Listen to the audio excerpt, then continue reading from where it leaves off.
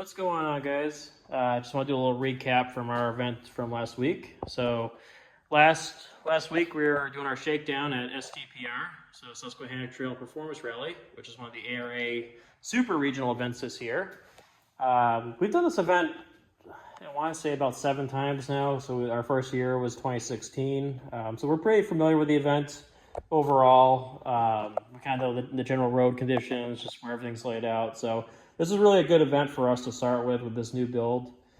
Overall, it was, I would consider this to be a pretty good shakedown for us. We kind of got everything we wanted out of it, which was start learning the car, see what works, see what doesn't, you know, what's most likely to break on the car. And there really was only a few issues that we had with this. Just, you know, unfortunately, a few of those were enough that we decided we didn't really want to risk pushing the car or risk kind of pushing some of those issues until we got them sorted out. The issues that we saw were, funny enough, kind of, you know, the core elements that you need for a race car, right? Which is you want to go fast, you want to stop, and you want to be able to turn. So the going fast part, we had some issues with the supercharger pulley where we had gotten some oil on the belt and we tightened some bolts down around the timing cover. We weren't sure if it was leaking out of there. We didn't really see a specific leaking spot from it. It could have even been just the dipstick tube itself may have gotten some that had leaked out, but we didn't see any more oil. However, the belt still had some oil on it, so it was causing the supercharger to slip quite a bit, and we were down on boost substantially for this event. So it kind of made the car a little kind of pokey as we're going through the stages. But frankly, that's not really the worst thing in the world as we're getting used to learning how to drive a front-wheel drive car.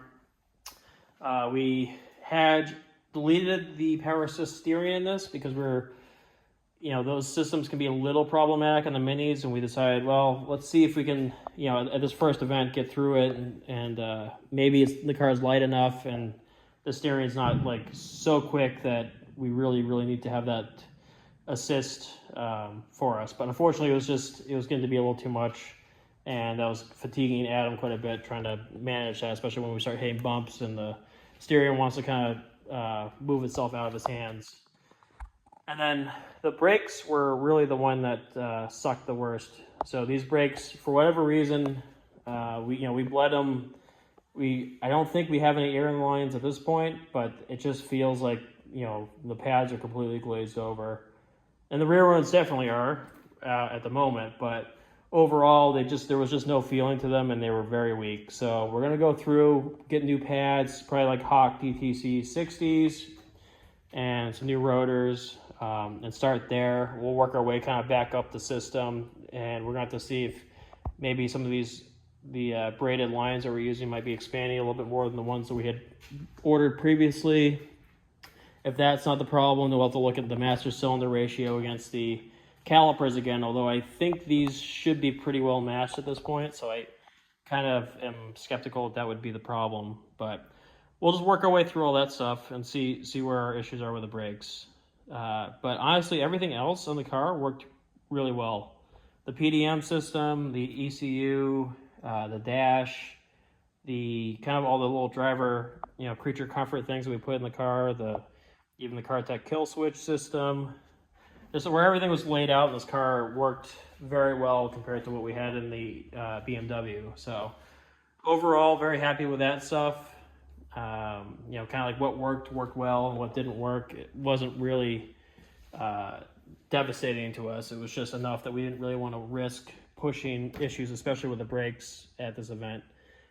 This can be a pretty high-speed event, and then also it gets very slippery when it starts raining out because there's a lot of clay in the sediment in Pennsylvania. So, you know, you'll hit spots and it's kind of like Mario Brothers where you hit the oil slick of the banana peel and start spinning out. So just didn't want to risk it, didn't want to push too much at this event. So we decided to pull out for day 2 where it was going to be kind of a monsoon, and, you know, just get the car back, get it back in one piece, and get the things sorted out on it.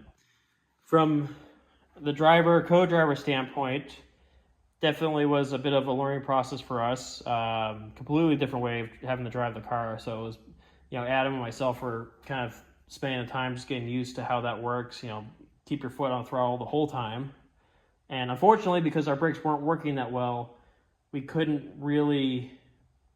really getting a good opportunity to really learn proper techniques and practices with the brakes, right? So that was kind of another reason why I was like, well, we're not really getting the seat time we want to get out of it for day 2 if we're not going to able to really kind of start playing with the brakes and figuring out how to balance the car as we're getting through the turns. So, but it was definitely interesting. This car is super nimble.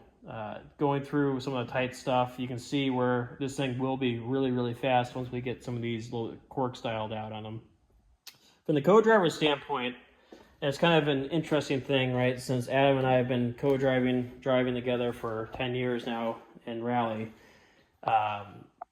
There's some folks who can kind of go and jump in any new car, and get up to speed pretty quickly. But since him and I have been really mutually or exclusively working together and working on the same car, we kind of got dialed into that setup.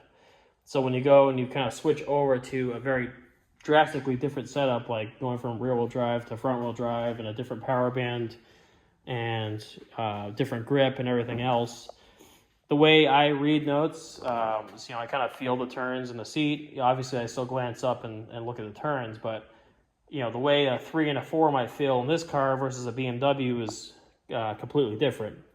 So I had to kind of relearn how to read notes.